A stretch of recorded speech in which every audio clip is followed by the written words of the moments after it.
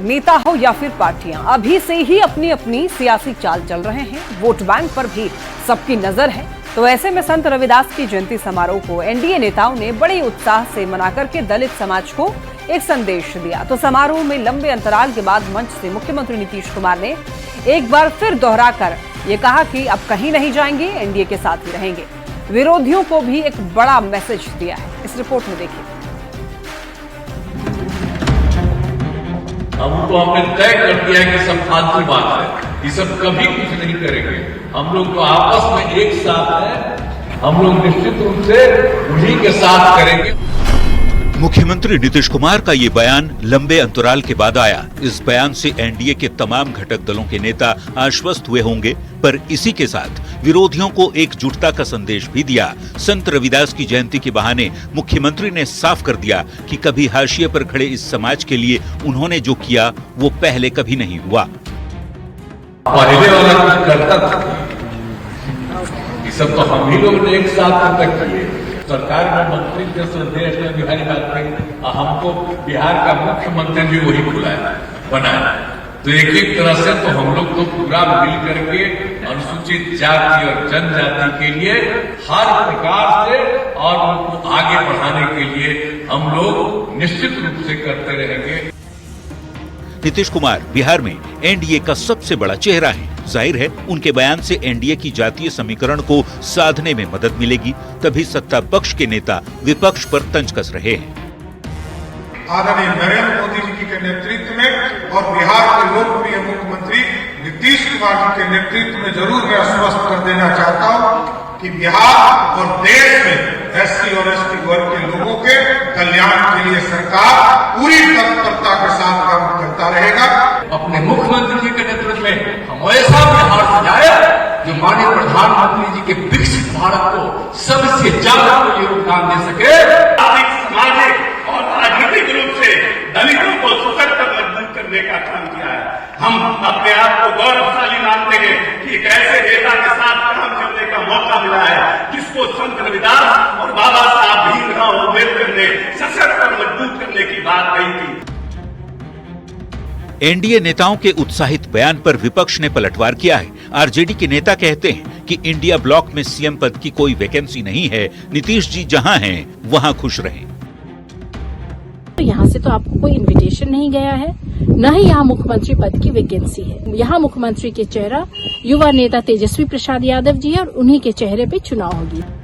जाहिर है बिहार में इसी साल विधानसभा का चुनाव है। राजनीतिक दल अपने अपने हिसाब से वोट बैंक को दुरुस्त करने में जुटे हैं। संत रविदास जयंती के बहाने एनडीए ने इसकी शुरुआत तेज कर दी है। नीतीश कुमार ने एनडीए में एकजुटता का दावा करते हुए विपक्ष को बड़ा संदेश दिया है।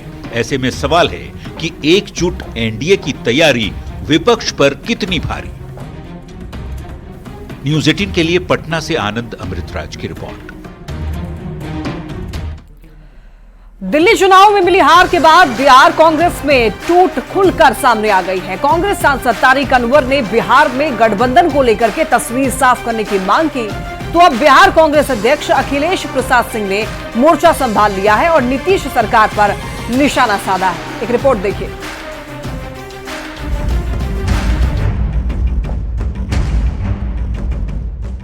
बिहार में इस साल होने वाले विधानसभा चुनाव में कौन सी पार्टी गठबंधन में कितनी सीटों पर लड़ेगी, इसकी तस्वीर साफ होने में अभी वक्त है, लेकिन बयानबाजी शुरू हो चुकी है। कांग्रेस सांसद तारिक अनवर के पार्टी से राजनीतिक रणनीति स्पष्ट करने और गठबंधन की स्थिति साफ करने वाले ट्वीट पर बिहार कांग्रेस अध्यक्ष अखिलेश प्रसाद सिंह ने दावा किया है कि बिहार में मजबूत गठबंधन है और इस बार बिहार में महागठबंधन की सरकार ही बनेगी। आज भी वो गठबंधन और मजबूत हुआ है। लोकसभा चुनाव में भी जहां उनको पिछली बार 39 सीटें थी, इस बार 30 पर आके वो ठहर गए। बिहार के लोग अच्छी तरह से जानते हैं और उनके कुशासन से मुक्ति चाहते हैं, तो उसमें और कोई है नहीं। तो निश्चित रूप से हम लोग के गठबंधन के सरकार बनेगी और लोग चाहते भी हैं। हालांकि कांग्रेस सांसद तारिक अनवर के बयान पर बीजेपी सांसद संजय जायसवाल ने जरूर कटाक्ष किया और कांग्रेस आरजेडी दोनों को ही ब्लैकमेलर पार्टियां तक कह डाला। ये सब कांग्रेस का आपस का झगड़ा है और राजद का झगड़ा है। आरजेडी हमेशा ब्लैकमेलिंग करती है। कांग्रेस भी अब केजरीवाल के हश्र देखने के बाद राजद से ब्लैकमेलिंग पर उतर गई है कि अगर आप हमें सही सीट नहीं दीजिएगा तो हम अलग भी जा सकते हैं। दोनों पार्टियां प्रोफेशनली ब्लैकमेलर्स पार्टी हैं। बिहार में किसकी सरकार बनेगी? क्या दिल्ली की तरह ही बिहार में भी एनडीए का जादू चलेगा, या फिर अब की बार महागठबंधन कुछ कमाल कर पाएगा? सब समय की गोद में छिपा है, लेकिन चुनाव से पहले जीत के दावों की सियासत खूब हो रही है। Bureau report, news 18। Prashant Kishor की पार्टी की फंडिंग को लेकर जेडीयू नेता नीरज कुमार ने जो आरोप लगाए थे, उसका जवाब पीके ने दिया है। प्रशांत किशोर ने कहा कि जनसुराज के पैसों की जानकारी सार्वजनिक है। बुद्धि, विवेक और मां सरस्वती की कृपा उन पर है। कभी ठेकेदारी नहीं की, कभी नेता या मंत्री नहीं बने या नौकरी ही की। प्रशांत किशोर के जवाब और जेडीयू के सवालों को इस रिपोर्ट के जरिए आप समझिए।